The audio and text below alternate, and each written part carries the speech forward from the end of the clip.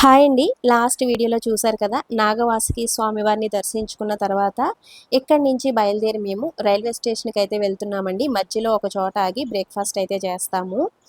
మేము కుంభమేళా టైంలో ప్రయాగ్‌రాజ్ వచ్చినప్పుడు ఈ రోడ్లన్నీ కూడా తిరిగేసామండి. అప్పుడు ఇంకా వెహికల్స్ అవి ముందుకు వెళ్ళడానికి ఏమి లేవు.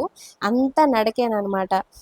ఎక్కడి నుంచంటే ప్రయాగ్‌రాజ్ స్టార్ట్ అయిన దగ్గర నుంచి ఫుల్లు ట్రాఫిక్ జామ్ అండి. అక్కడ కారు దిగిపోయి ఇవంతా కూడా నడిచామనమాట. అసలు ఎంత నడకో మార్నింగ్ 6కి మొదలెట్టిన నడక మేము సంగమ స్నానం చేసేటప్పటికి 2:33 ఆ టైం అయిందనమాట.